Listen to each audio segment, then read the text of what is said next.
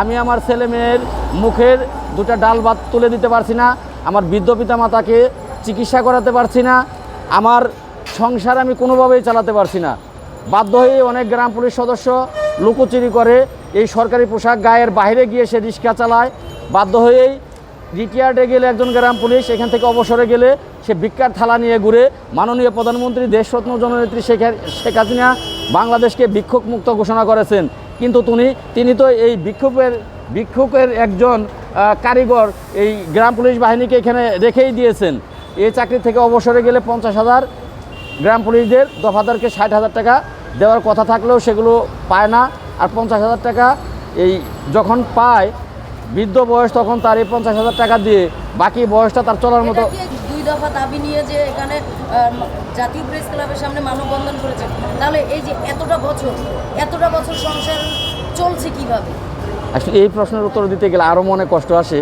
আমি পূর্বেও বলেছি যে এই যে বলছেন যে অবসরে যখন চলে যায় তখন যে টাকা দেয় কেউ পায় কেউ পায় না। আমি পূর্বেও বলেছি যে শিশু আইন, মাননীয় প্রধানমন্ত্রীর বাংলাদেশ সংবিধানে শিশু আইন দণ্ডনীয় অপরাধ। শিশু শ্রম করানো যাবে না, কিন্তু আমাদের বেশিরভাগ গ্রাম পুলিশের ছেলে সন্তান বা মেয়ে সন্তান এই শিশুকালেই লেখাপড়া তাদের করাতে পারি না। বাধ্য হয়েই 5 পাস 6 পাস 7 পাস করার পরেই তাদেরকে হয় রিক্সা চালানোর পেশায় দেওয়া হয়, যে কোনো একটা কর্মে দেওয়া হয়, দিনমজুরের কাজে দেওয়া হয়, গার্মেন্টসে দেওয়া হয়। এভাবে দিয়ে সংসারের হাল আমার একা দ্বারা সম্ভব না। 6,500 টাকা দিয়ে বাধ্য হয়ে আমার ছেলে সন্তানকে, যেখানে আমার মন চায় যে তাকে উচ্চশিক্ষায় শিক্ষিত করব, তাকে নাগরিক সেবা দেব, সরকারি চাকরি দেব, সেগুলো আমরা করাতে পারি না। আমাদের অনেকের নিজেদের বউ ছেলে মেয়েরা তারাও গার্মেন্টসে চাকরি করে, মানে বাড়ির সকলের। আমার বাবা, বৃদ্ধ বাবা, সেও যখন দেখে যায় আমার ছেলে তো সংসার চালাতে পারছে না, আমার নাতিকে জামা কিনে দিতে পারছে না, আমার নাতনিকে খাবার দিতে পারছে না, তখন আমার বাবাও সে বৃদ্ধ বয়সেও সে কাজ করে আমার সংসারকে সে চালানোর চেষ্টা করে। এভাবেই আমরা দিনের পর দিন মানবতার জীবনযাপন করছি, সংসার চালাচ্ছি। আমার বর্তমান চেয়ারম্যানের বয়স 2.5 বছর চলতেছে, আমি একদিনও ছুটি কাটাই নাই।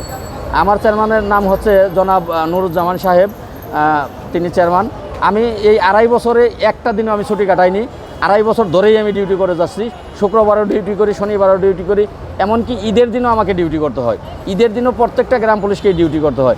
আমাদের কোনো ছুটি বলতে কোনো শব্দ নাই। এই 29শে এপ্রিল থেকে আজকে 4ই মে পর্যন্ত এখানে অবস্থান করেছেন। দিন রাত 24 ঘন্টা তারা কর্মসূচি পালন করে আছেন। আমরা চাবো যে তাদের যে এই 2 দফা দাবি, এটা যেন সে মেনে নেয়, এবং হচ্ছে তাদের যে এই বেতন ভাতা। এবং ওনারা আর একটা কথা বলেছে যে তারা যখন রিটায়ার্ডে চলে যায় তখন তাদের 50,000 টাকা দেয়া হয়। আসলে অনেকেই 50,000 টাকা হাতে পায়, অনেকে পায় না। আসলে যারা পায় না তাদেরকে অনেকে নাকি রিক্সাও চালাইতে হয়, এবং হচ্ছে তাদের সন্তানের যে ভবিষ্যৎ, লেখাপড়া করে বাংলাদেশে একজন সুনাগরিক হবে, সেটাই স্বপ্ন তাদের ভেঙে যায়। তো আমরা চাবো মাননীয় সরকার আপনি তাদের এই দুই দফা দাবি মেনে নেবেন, এবং তারা যেন সেই হাসি মুখ নিয়ে, যে আশা নিয়ে জাতীয় প্রেস ক্লাবে অংশগ্রহণ করেছেন, সেই হাসি মুখ নিয়েই যেন সেই বুক ভরা আশাটা নিয়ে যেন তার ফ্যামিলির কাছে ফিরে যেতে পারে।